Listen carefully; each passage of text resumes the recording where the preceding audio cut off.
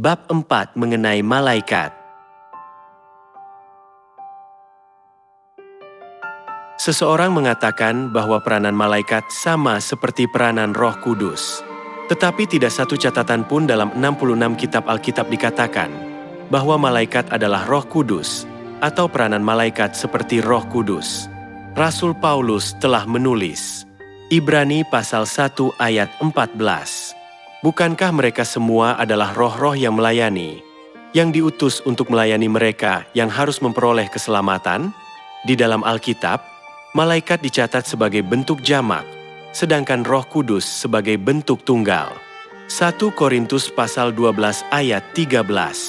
Sebab dalam satu roh kita semua, baik orang Yahudi maupun orang Yunani, baik budak maupun orang merdeka, telah dibaptis menjadi satu tubuh dan kita semua diberi minum dari satu roh.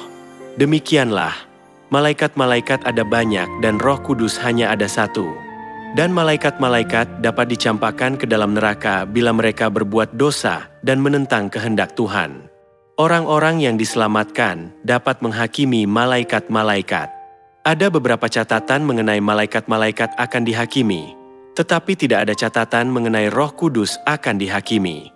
Dan Alkitab itu berkata bahwa Roh Kudus menyelidiki segala sesuatu, bahkan hal-hal yang tersembunyi dalam diri Tuhan, tetapi malaikat-malaikat tidak tahu kehendak Tuhan yang mendalam. Ada tertulis, 1 Petrus pasal 1 ayat 12.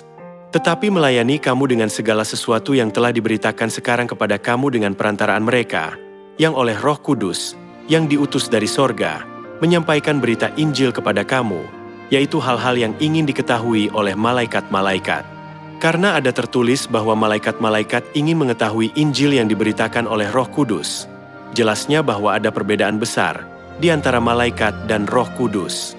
Dan Alkitab itu menyebut malaikat sebagai malaikat Tuhan atau anak Tuhan. Terkadang orang-orang salah pikir malaikat Tuhan sebagai Tuhan itu sendiri. Tetapi malaikat Tuhan tidak dapat diubah menjadi Tuhan. Mereka menganggap malaikat Tuhan sebagai Tuhan itu sendiri, karena mereka salah menafsirkan Alkitab tanpa pemahaman yang benar dari konteks. Ada tertulis, Hakim-Hakim pasal 6 ayat 12. Malaikat Tuhan menampakkan diri kepadanya dan berfirman kepadanya, demikian, Tuhan menyertai engkau, ya pahlawan yang gagah berani. Sebab malaikat Tuhan membuktikan Tuhan, maka mereka memanggil malaikat Tuhan sebagai Tuhan. Tuhan selalu berjalan bersama-sama dengan malaikatnya. Itulah mengapa terkadang orang salah berpikir Tuhan sebagai malaikat. Malaikat-malaikat adalah ciptaan Tuhan. Mereka disebut anak Tuhan atau tentara Tuhan. Malaikat-malaikat adalah pesuruh yang diutus oleh Tuhan ke dunia. Sekali-sekali mereka membinasakan orang-orang, dan sekali-sekali mereka menjaga seseorang. Ajaran akan malaikat-malaikat sudah dipelajari pada waktu Perjanjian Baru. Dalam Alkitab tidak tertulis secara teliti tentang malaikat, tetapi ada catatan bahwa mereka mengikuti tiap orang dan menjaganya senantiasa.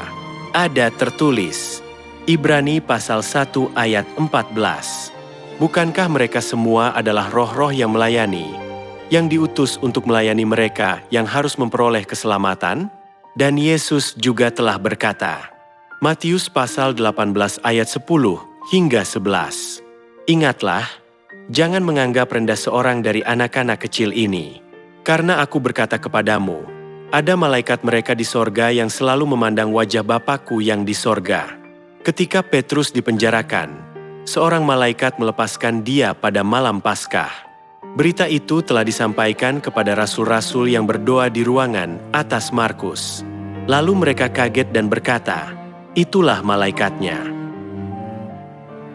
Malaikat-malaikat senantiasa mengikuti dan menjaga mereka yang akan mewarisi keselamatan.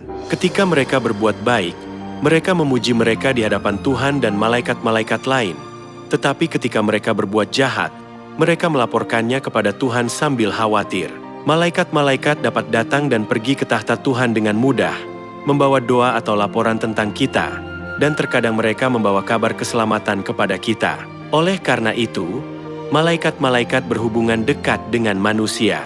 Jika mempelajari hubungan di antara malaikat-malaikat dan manusia yang berdosa, kita dapat mencari rahasia yang lebih mendalam tentang rencana penebusan Tuhan.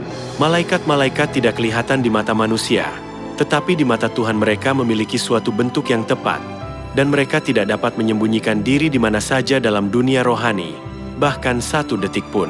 Alkitab itu berkata bahwa malaikat-malaikat adalah roh, dan nafas hidup Tuhan yang dihembuskannya ke dalam manusia juga disebut roh. Yesus telah berkata bahwa pada waktu kebangkitan kita akan menjadi seperti malaikat di sorga. Lalu, apakah awal mulanya manusia dulu, baru malaikat kemudian?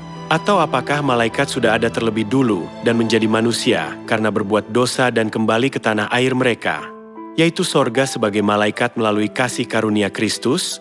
Kita harus mencari jawaban yang benar mengenai pertanyaan tersebut.